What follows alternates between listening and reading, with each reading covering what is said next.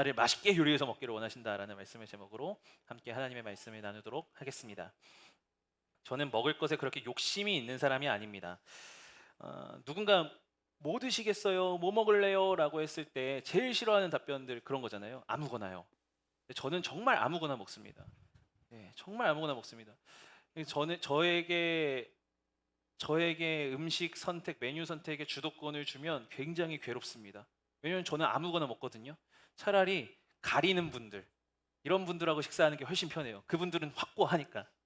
어쨌든 뭐 있으면 있는 대로 없으면 없는 대로 저는 음식을 먹습니다. 그런 저에게 제가 하나님 앞에 천국에 갔을 때 꼭 먹고 싶은 음식 하나, 부탁할 음식이 하나 있습니다. 하나님, 만나 한번 맛보게 해주세요. 여기 계신 분 중에서 만나 먹어보신 분 계십니까? 없잖아요. 예. 제가 뭐 미식가는 아닙니다. 뭐 엄청나게 먹는 걸 좋아하는 사람 아니지만 만나만큼은 한번 먹어보고 싶습니다. 성경 읽으면서 그런 생각 안 해보셨습니까? 아, 만나 무슨 맛일까? 성경에서 만나가 이런 맛이라고 이야기하고 있습니다. 가시같이 희고 맛은 꿀 섞은 과자 같았더라라고 이야기하고 있어요. 이런 모양을 가진 꿀꽈배기 같은 과자 아니었을까라는 생각을 해봅니다. 어, 만나의 맛이. 이스라엘 백성들은 광야 생활을 하면서 이 만나와 함께 메추라기를 먹었습니다. 메추라기 요리 사진을 준비했는데요. 만나와 함께 메추라기를 먹었어요. 만나와 메추라기는 하나님의 공급과 은혜의 상징입니다.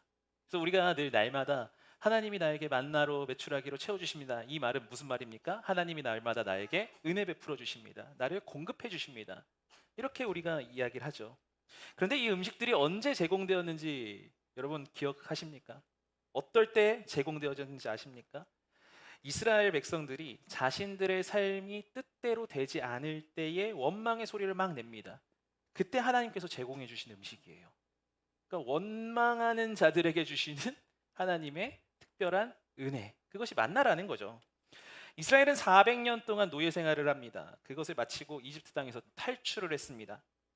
그리고 고작 한 달밖에 안 지났어요. 한 달이 안 지난 이 시점에서 느닷없이 모세에게 원망 섞인 이야기를 막 하기 시작합니다. 그것이 출애굽기 16장 3절인데요. 같이 한번 읽어보겠습니다. 시작.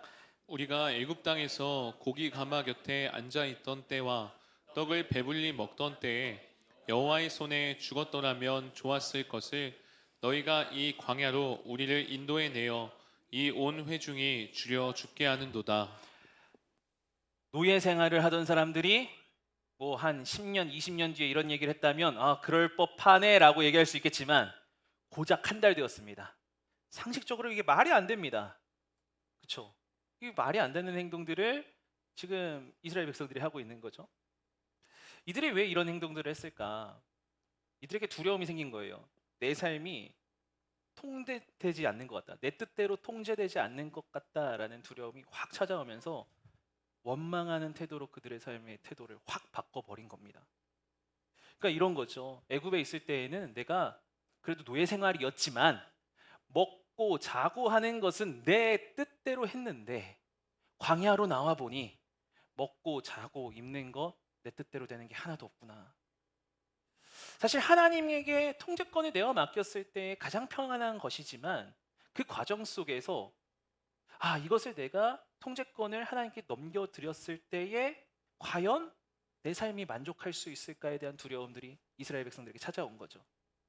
그러면서 불현듯 마음 가운데 원망하는 태도들이 확 들어오게 되고 그것을 발산하기 시작을 한 겁니다. 이스라엘의 원망은 내 삶을 내가 통제할 수 없다라는 것에서 시작하게 되었어요. 그러면서 이스라엘의 모습을 보면 그 원망하는 사람들의 특징들을 우리가 살펴볼 수가 있는데 첫 번째는요, 이런 특징들을 보여주고 있습니다. 현재를 부정하고 과거를 미화하기 시작합니다. 3절 다시 한번 보도록 할 텐데요. 3절 읽어봅니다. 시작. 애굽 땅에서 고기 가마 곁에 앉아 있던 때와 떡을 배불리 먹던 때에 애굽 땅, 한 달 전 있었던 애굽 땅에 대한 그 기억이 어떻습니까? 너무나 좋은 곳이에요. 내가 그곳에서 고기 곁에 있었고 떡을 배불리 먹었습니다. 심리학 용어 중에 무드셀라 증후군이라는 용어가 있다고 합니다. 현실을 도피하고 싶을 때, 외면하고 싶을 때 과거의 기억을 좋게 왜곡하는 그러한 현상, 증상이라고 합니다. 그러니까 지금 이스라엘 백성들은 단체, 집단, 무드셀라 증후군에 빠진 겁니다. 정말 과거 노예 생활이 너무 행복했을까요? 막 이집트에서 매를 맞으면서 막 그렇게 하고 고된 노동을 하고 집에 와가지고서는 고기를 먹는 그게 너무 행복했을까요? 그게 아닌 거예요. 먹고 사는 통제권을 하나님께 넘기니까 불안해진 거예요. 경험해보지 못했으니까요. 통제권을 하나님께 맡겼을 때 어떤 일이 벌어지는지에 대해서 한 번도 경험해보지 못했으니까 그 시도 자체가 너무나 두려웠던 거죠. 차라리 하나님 믿고 가느니 내가 내 인생 그냥 컨트롤 할게요. 한 달 전으로 다시 돌아갈게요. 여러분, 현재 주어진 삶을 통제하지 못하는 것에 대해서 여러분 혹시 원망하고 계시지 않습니까? 불평하고 계시지 않습니까? 어찌 보면요, 이 모습은 교만의 또 다른 모습일지도 모릅니다. 하나님, 내버려 두셨으면 내가 알아서 할 텐데, 내가 알아서 먹고 살 수 있었을 텐데. 현실을 부정하고 과거를 미화하는, 왜곡하는 현상이 원망하는 사람들의 특징으로 나오고 이스라엘 백성들이 그것을 보여주고 있는 거죠. 또 하나의 모습이 나옵니다. 현재 벌어진 일의 책임에서 벗어나려고 합니다. 책임을 전가시키려고 합니다. 이집트를 나온 것은 자신들이었어요. 모세가 멱살을 잡고 너 안 나오면은 너 정말 이렇게 하지 않았어요. 그냥 하나님께서 인도하시는 것들을 보여주셨고 그들이 따라 나온 겁니다. 그런데 일의 책임을 이렇게 떠넘기는데요. 16장 3절 읽습니다. 시작. 너희가 이 광야로 우리를 인도해 내어. 너희가 우리를 인도해냈다. 너희가 우리를 끄집어냈잖아 라고 책임을 전가해버리기 시작을 해요. 저는 제 두 딸을 제가 씻깁니다. 샤워를 시키고 양치질을 합니다. 제 딸, 큰딸 세롬이를 씻기면서 양치질을 오늘 시켰습니다. 즐겁게 하고 나왔어요. 양치질도 너무 재밌게 하고 막 저는 이렇게 뭐랄까요, 머리에 그냥 물 뿌리고 막 하거든요. 막 재밌게 휘닥거리면서 했습니다. 그런데 갑자기 부엌에 있던 식탁 위에 놓여있던 과자를 보면서 서럽게 우는 거예요. 그러면서 엄마한테 이르기 시작을 했어요. 엄마, 나는 과자를 먹고 싶었는데 아빠가 양치질을 시켰어. 아빠 미워. 너무 당황스러운 거죠, 제가. 나는 분명히 양치질 하고 이제 자면 되는 건데 갑자기 이러니까요. 그래서 이제는 양치질을 시킬 때 무조건 확인을 합니다. 너 이거 지금 먹으면 밖에 나가서 과자 못 먹어. 그럼 아이가 얘기해요. 저 이따 할래요. 우리가 내가 할 수 있는 것들, 내 통제를 잃었다고 하면요, 원망을 돌리는 대상자를 찾는 거죠. 어떻게 보면 세롬이도 마찬가지였을지도 몰라요. 내가 간식을 먹을 통제권을 잃어버린 거죠. 그러니까 자기가 선택해서 양치질을 하고 끝낸 건데 괜히 아빠한테 돌린 거예요. 마찬가지입니다. 우리도 그래요. 내 삶의 통제를 잃었을 때 원망을 돌릴 대상자를 찾는데요, 참 웃기게도요, 가장 만만한 게 하나님이에요. 하나님, 대체 왜 나를 여기 보내셨습니까? 누군가한테 탓하기에는 좀 미안하죠. 왜냐? 인간관계들이 얽히고 설켜 있으니까. 괜히 그 사람 상처 받을 것 같으니까. 그러니까 하나님께, 만만한 하나님께 화살표를 돌리는 겁니다. 하나님, 대체 왜 나를 이 직장에, 대체 왜 나를 이 상황에, 대체 나를 왜 이 환경에 보내셨습니까? 왜 끌고 오셨습니까? 특히 직장에서 어려움을 겪는 분들을 들을 때 이런 말 참 많이 듣곤 합니다. 하나님, 대체 왜 나를 여기에 보내셨는지 모르겠습니다. 근데 듣다 보면 이해가 안 될 때가 있거든요. 분명히 취직했을 때는 하나님이 이끄셨대요. 이 직장은 하나님이 나에게 보내주신 정말 좋은 직장입니다. 하나님께서 너무나 좋은 사람들을 보내주셨습니다. 하나님께서 너무나 나이스한 곳으로 나를 인도해 주셨습니다. 근데 한 3개월 있다 보면은 저 이직 준비하려고요. 맞지가 않아서요. 물론 그런 상황들을 이해하지만 전가하는 거예요. 그러면서 얘기하는 거예요. 하나님이 나를 왜 여기 보내주셨는지 모르겠어요. 우리가 쉽게 그렇게 하나님께 화살을 돌릴 때가 있죠. 조금만 현실이 버거워지면 만만한 하나님을 탓합니다. 다시 정리해 보겠습니다. 원망은요, 내 삶의 통제권을 잃었을 때 나타나는 짜증입니다. 원망이 섞인 삶은요, 과거를 미화해서 정말 지금 현실의 삶을 부정하고 어찌 보면 신앙인으로서 신앙인이 아니었을 때를 그리워하고 곱씹으며 그것이 좋았노라라고 이야기하는 것이 원망의 모습이기도 하죠. 그리고 내 잘못 아니에요. 다른 사람 탓이에요. 책임을 전가합니다. 그런 삶은요, 아주 쉽게 상처 주고 아주 쉽게 아픔을 주는 말과 행동들을 수반하면서 나타나게 됩니다. 이 이야기를 들었어요. 이 원망의 태도를 받아들였을 모세 한번 생각해 보셨으면 좋겠어요. 그가 정말 하나님께 순종하고 정말 어떻게 보면 하나님께서 설득하셔서 그 자리에 가서 어떻게든 정말 했는데, 같이 나왔는데 한 달 만에 돌아온 소리는 너 때문이야. 우리의 삶에 한번 돌아봤으면 좋겠어요. 내 삶에 지금 원망이 가득한가? 여러분, 원망은요, 나를 죽이는 것뿐만 아니라 다른 사람도 해를 끼칩니다. 다른 사람에게도 아픔을 줍니다. 혹시 여러분 가운데 원망이 채워져 있었고 원망의 마음들이 꿈틀꿈틀 거리고 있었다면 오늘 이 밤에 하나님 앞에 그 마음들을 내어맡겼으면 좋겠습니다. 주님, 내가 원망이 자꾸 불쑥불쑥 찾아오려고 하는데 이 원망의 마음들을 해결하여 주시옵소서. 주님 도와 주시옵소서. 이러한 원망 가운데 있는 이스라엘을 하나님께서는 그분의 방법으로 해결하여 주십니다. 16장 4절을 한번 보도록 하겠습니다. 하나님이 어떻게 해결하십니까? 읽습니다. 시작. 보라, 내가 너희를 위하여 하늘에서 양식을 비같이 내리니니 백성이 나가서 일용할 것을 날마다 거둘 것이라.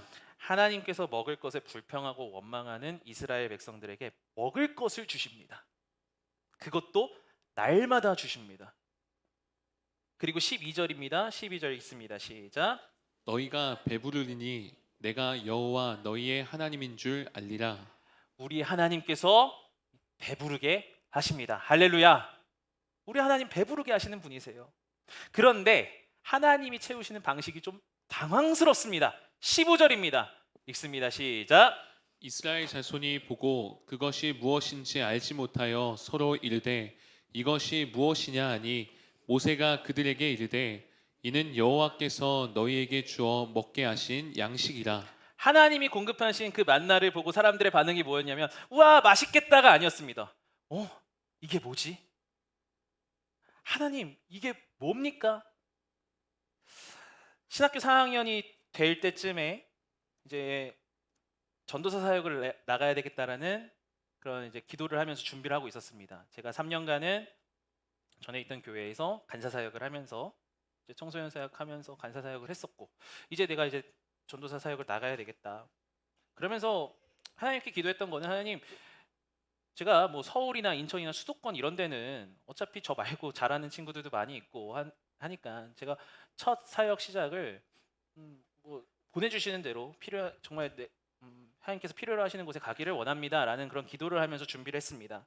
그러다가 우리 목사님께서 김천에 개척하신다는 이야기를 하셨고 그 준비를 하고 계셨고 그러면서 합류하려고 했습니다. 그런데 그 전 교회, 제가 섬기고 있던 교회에서 그 과정을 막아버린 거예요. 제가 나가겠다고 했습니다. 처음에는 알겠다고 하셨어요. 그런데 제가 나갈 수 없는 상황으로 만드신 거예요. 정통영 목사님이 사람을 빼간다. 그거 아니거든요. 정말 너무 당혹스럽고 황당하고 막 짜증도 났어요. 마치 내가 아무런 내 삶의 주도권을 누군가에게 준 것 마냥 그렇게 나를 평가하는 것도 싫었고 하나님 이제는 내가 좀 도약을 해야 되는데 왜 하나님 막으십니까? 라는 그런 원망도 들고 왜 날 필요로 하지? 이런 생각들 막 그런 생각들 막 별의별 생각들을 하면서 원망했습니다. 이 시기가 제게 있어서는 가장 하나님을 원망했던 시기인 것 같습니다. 그렇게 1년을 원망하면서 보냈습니다. 물론 하나님 맡겨주신 사역의 자리에서 충성되이 하려고 몸부림치며 했지만 제 뜻대로 안 되는 상황들이 벌어졌을 때 너무나 쉽게 원망했습니다. 저를 붙잡은 그 전도사님이 원망스럽고 마음에 안 들고 막 그랬던 거죠. 그런데 하나님께서 1년 만에 이 상황들을 바꾸시기 시작했습니다. 자연스럽게 제가 사역을 나갈 수 있는 환경이 만들어지기 시작을 한 거예요. 제가 1년 뒤에 다시 한번 이야기했습니다. 교회에 얘기했습니다. 저 이제 전도사 사역을 나가야 될 것 같습니다. 그때는 막 1년 전에는 막았던 그 분위기가 이제는 어떻게 됐냐면 그래 나가야지라는 얘기가 되더라고요. 그러면서 이 전도사님이 저희 목사님에게도 연락을 주셨다 하더라고요. 뭐 이미 저는 뭐 목사님과 같이 사역을 하려고 생각은 하고 있었지만 근데 이런 상황들을 보면서 제가 느꼈던 건 참 감사했지만 또 한편은 뭐였냐면 이게 뭐지? 라는 거였어요. 너무 당혹스러웠어요. 하나님의 방식은 정말 내가 생각하지 못한 방식으로 전개되는구나. 하나님은 내가 예상하지 못했던 방법들을 통해서 내 인생의 길들을 예비해 놓고 계셨구나라는 것들을 그때 느끼게 되었습니다.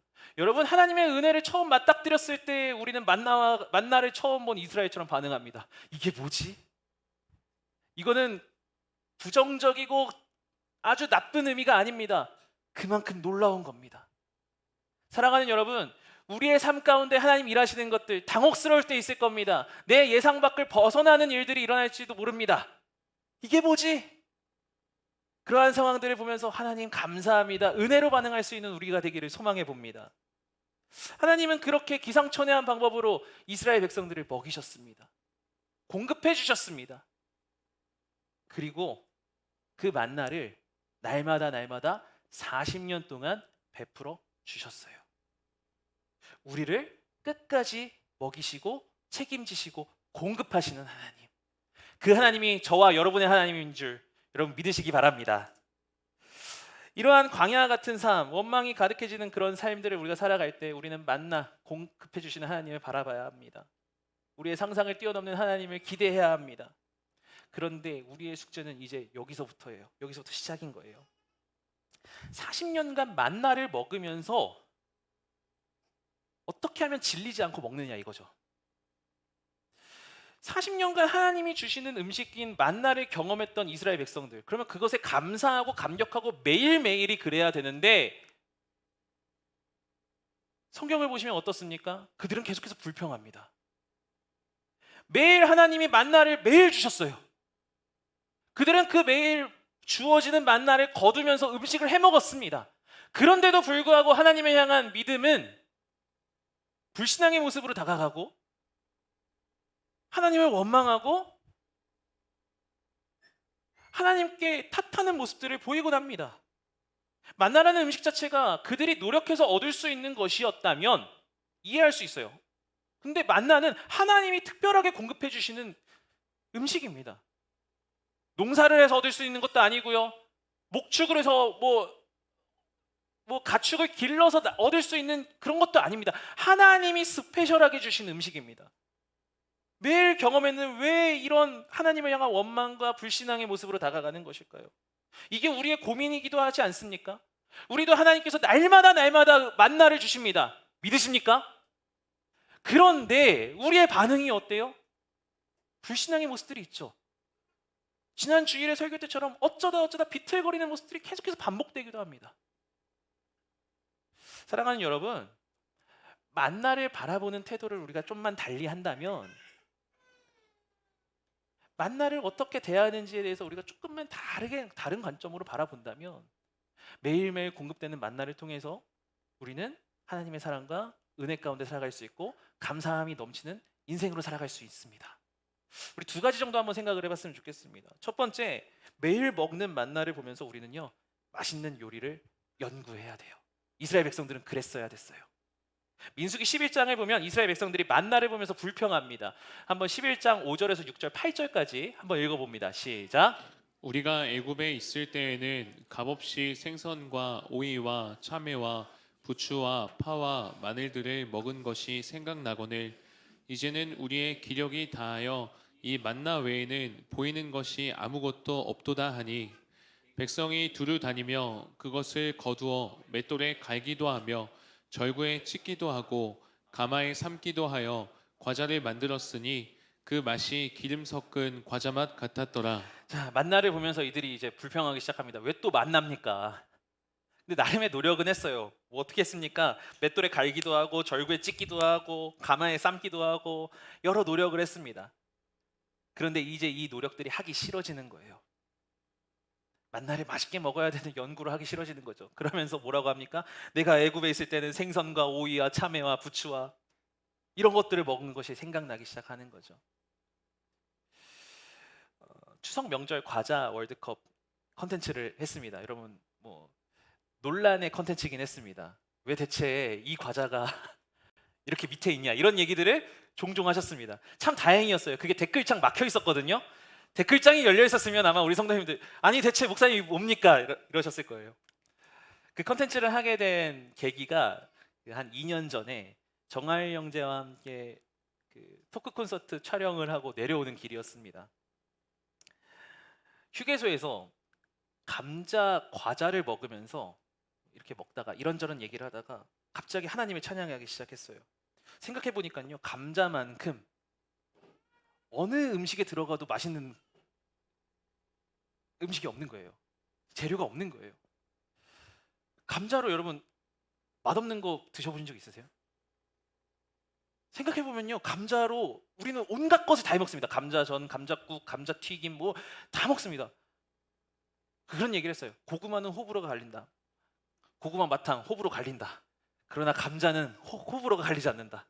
설탕에 찍어 먹어도 맛있고 소금에 찍어 먹어도 맛있고 케찹 찍어 먹어도 맛있고 다 맛있다. 그래서 정하열 형제와 함께 찬양했습니다. 하나님 감사합니다. 감자를 주시며 감사합니다. 어떻게 막 감탄을 했어요. 어떻게 튀길 생각을 했을까? 어떻게 이걸 구울 생각을 했지? 1시간 동안 감자를 찬양했습니다. 하나님, 감자를 주신 하나님을. 이건 감자가 아니다. 가짜로 바꾸자. 하나님이 주신 감자. 무궁무진한 음식들이 이렇게 막 연구하고 하면 튀어나온단 말이죠. 만나를 보면서 그들도 연구하고 맛있는, 어떻게든 이 맛있는 음식, 하나님 주신 것을 맛있게 먹어야지 연구했다면 그들이 불평했을까요? 이스라엘 백성들은요, 매일 주어지는 만나를 맛있게 먹을 생각을 멈춘 순간 원망과 불만족이 싹 틔우게 된 겁니다. 하나님, 나 더 이상 노력하고 싶지 않아요. 하나님, 주신 만나 더 이상 내가 요리하고 싶지 않아요. 하나님께서 완제품이 아니라 원재료를 주신 이유가 뭘까요? 다 완성된 그 만나가 아니라 그걸 통해서 왜 요리해서 먹게 하셨을까요? 고민해서 먹으라는 거죠. 이것을 주신 분이 누구인지, 그리고 이것을 어떻게 하면 내가 맛있게 먹으면서 삶을 살아갈지. 이렇게 적용해 보겠습니다. 저는 이렇게 적용이 되더라고요. 성경을 읽으면서 제 스스로에게 질문을 던져보게 됐습니다. 하나님께서 매일 주시는 만나를 가지면서 나는 고민하는가? 나는 이것을 가지고 씨름하는가? 하나님께서 매일매일 나에게 만나를 주십니다. 말씀을 통해서, 다양한 삶의 환경들을 통해서, 사람들을 통해서 하나님의 만나를 주십니다. 근데 나는 이것을 가지고 내 삶에 녹여지기 위해 씨름하고 있는가? 고민하고 있는가? 하나님 주신 만나를 맛있게 내 삶 가운데 녹여내려고 나는 몸부림치고 있는가? 이 연구를 끊임없이 하면서 삶을 살아가면 원망이 아니라 감사가 나오는 거예요. 아, 하나님의 은혜가 이렇게 녹여질 수 있는 거군요. 지난 유럽 비전 트립은 저를 한 단계 성장시키는 시간이 되었습니다. 개인적으로 저에게 너무나 감사한 시간이었습니다. 몇 번의 이야기들을 통해서 들으셨겠지만 예상치 못한 변수들이 늘 그런 곳에 가면 일어나요. 이번에도 어김없이 나타났습니다. 가이드를 같이 해주시는 선교사님께서 컨디션이 안 좋아지신 거예요. 너무나 당혹스러운 순간들이 찾아왔어요. 분명히 가이드 해주셔야 되는데 이 가이드가 만족스럽지 못한 거죠. 오히려 이분을 케어해야 되는 상황에 이르게 되었습니다. 그때 제가 했던 고민 참 감사해요. 그런 고민을 할 수 있게 되어서 너무 감사했습니다. 뭐였냐면, 하나님, 이 상황에서 어떻게 하면 선교사님을 돕고 팀원들을 도울 수 있을까요? 라는 질문이 나오더라고요. 그러니까 너무 감사했어요. 그런 생각을 할 수 있게 해주신 하나님께 너무 감사했어요. 왜냐하면 더 세운 공동체 안에서 저도 자라나면서 이런 것들이 체득이 되더라고요. 아, 이 상황 가운데서 하나님 기뻐하시는 삶, 하나님께서 원하시는 것은 무엇일까? 질문을 던지게 되었습니다. 그러면서 선교사님께 가이드를 기대하기보다 쉬게 해드리자, 도와드리자, 부담을 좀 지워드리자. 선교사님을 섬기는 방향 쪽으로 틀었습니다. 팀원들에게 이야기를 했고 같이 동의해 주셨고 함께 섬겼습니다. 그런데요, 그렇게 하면서요 부어지는 은혜들이 있었어요. 선교사님이 그 과정 속에서 회복이 되셨고요, 그것에 대해서 감사의 표시를 하셨고요, 그냥 단순히 감사합니다 이것이 아니라 자신의 삶을 나누시면서 같이 뜨겁게 기도하고 서로 기도해 주는 동역자의 관계로 함께 세워져 갔습니다. 이러한 과정이 만나를 맛있게 연구해서 요리해서 먹는 과정이다라는 거죠. 하나님께서 주시는 만나들이 여러분 있습니다. 연구하고 있습니까? 내 삶 가운데 어떻게 하면 맛있게 먹을 수 있을까? 그러한 삶이 우리의 삶이 되기를 소망해 봅니다. 하나님 주시는 만나 그냥 듣고 오물오물 씹다가 내가 뱉는 것이 아니라 맛있게 요리해서 맛있는 그 만나 먹겠습니다. 내 것으로 만들겠습니다. 주님, 그 만나를 주신 주님의 의도를 깨달으며 살아가겠습니다. 그렇게 고백하며 나아가는 저와 여러분 되길 예수님의 이름으로 축복합니다. 둘째, 만나에 대해서 어떤 태도로 다가가야 되는가? 이걸 기억해야 됩니다. 만나는 날마다 신선한 상태로 우리에게 주어진다라는 거예요. 하나님이 날마다 만나를 주십니다. 그것은 매일매일의 삶, 그날에 딱 필요한 분량만큼 하나님께서 채워주시며 공급해주시며 우리의 삶을 책임지신다라는 뜻이죠. 근데 좀 다르게 묵상을 해보게 되었어요. 이렇게도 적용을 해봤습니다.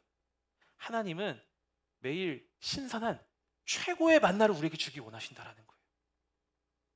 쌓아두고 먹는 게 아니라 매일매일 신선한 만나.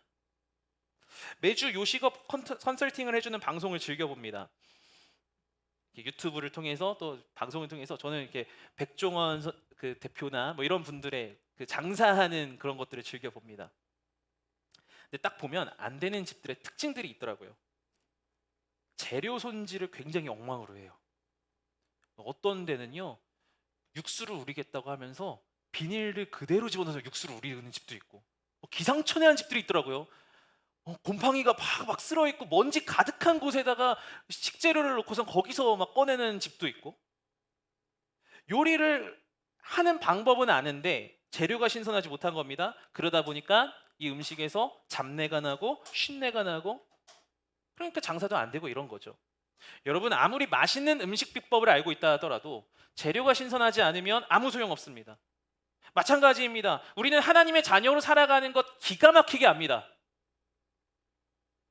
하나님의 자녀로 어떤 삶을 살아야 되는지 우리는 방법론적으로 다 알고 있습니다.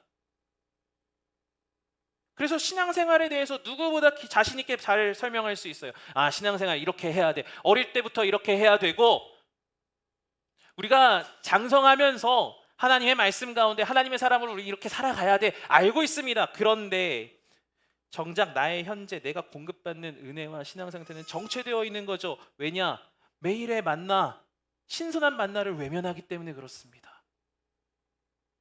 하나님이 만나는 묵혀두면 썩게 만드셨습니다. 출애굽기 16장 20절에 보니까요, 묵혀뒀어요. 그들이 만나를, 이스라엘 백성들이 만나가 주어진 것을 묵혔습니다. 그랬더니 덜어는 아침까지 두었더니 벌레가 생기고 냄새가 났다라고 이야기하죠. 하나님은 지금도 매일 신선한 만나를 우리에게 허락해 주십니다. 말씀을 통해서, 하나님의 사람을 통해서, 하나님의 계획 가운데에서 우리에게 지속적으로 만나를 주십니다. 그런데 우리는 과거에 경험했던 만나에 갇혀서 그것으로 만족하며 그저 살아가는 것. 그러다 보니까 오늘 지금 이 자리에서 경험한 하나님이 아니라 과거의 하나님, 과거에는 이렇게 일하셨는데 지금 나한테 일하지 않으시는 하나님을 바라보면서 원망하고 불평하는 겁니다. 이스라엘을 통해 보여진 이 만나는 누구를 의미하는 겁니까? 요한복음 6장 48절에서 51절에 보면 이 만나가 누구인지, 만나가 누구를 예표하고 있는지 보여주고 있습니다. 우리 예수님의 말씀입니다. 함께 읽습니다. 시작. 내가 곧 생명의 떡이니라. 너희 조상들은 광야에서 만나를 먹었어도 죽었거니와 이는 하늘에서 내려오는 떡이니 사람으로 하여금 먹고 죽지 아니하게 하는 것이니라. 나는 하늘에서 내려온 살아있는 떡이니 사람이 이 떡을 먹으면 영생하리라. 아멘. 이 만나, 이스라엘 백성들에게 베풀어졌던 그 만나는 예수 그리스도를 예표하는 겁니다. 이 시대를 살아가는 우리, 어떤 만나를 먹어야 되겠습니까? 매일 신선하게 공급되어지는 예수 그리스도의 사랑과 은혜 가운데 우린 날마다 살아야 합니다. 근데 그 삶이 되지 않으니까 자꾸 마음 가운데, 삶 가운데 원망이 생기는 거예요. 하나님 대체 왜 그러십니까? 하나님 대체 왜 나를 이 원망스러운 불만 가득한 이 삶 가운데 내버려 두십니까? 생명의 떡이신 예수 그리스도로 날마다 새로운 은혜 공급받게 하시려고 우리에게 기도하기를 원하시고 말씀을 보기를 원하시고 그것으로 살아내기를 원하시는데, 우리 하나님은 그러한 모든 과정들을 다 생략하고 과거에 먹었던 만나, 그것에만 갇혀 살아가는 우리들의 모습들. 저는 이것을 묵상하면서 너무나 감사했어요. 하나님은 가장 신선한 걸 나에게 주시는구나. 나를 너무 사랑하시는구나. 저희 집만 보더라도요, 가장 맛있고 신선한 거는 제 것이 아니라 저희 아내는 아이들을 주더라고요.